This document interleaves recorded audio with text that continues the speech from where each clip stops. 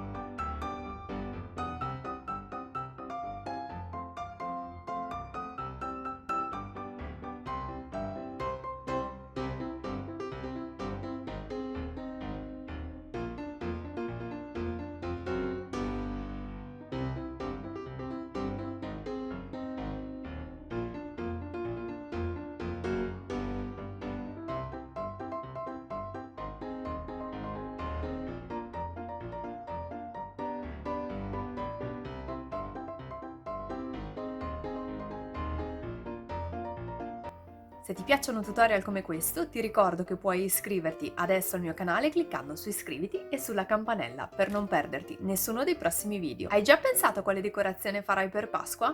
Noi ci vediamo alla prossima. Ciao!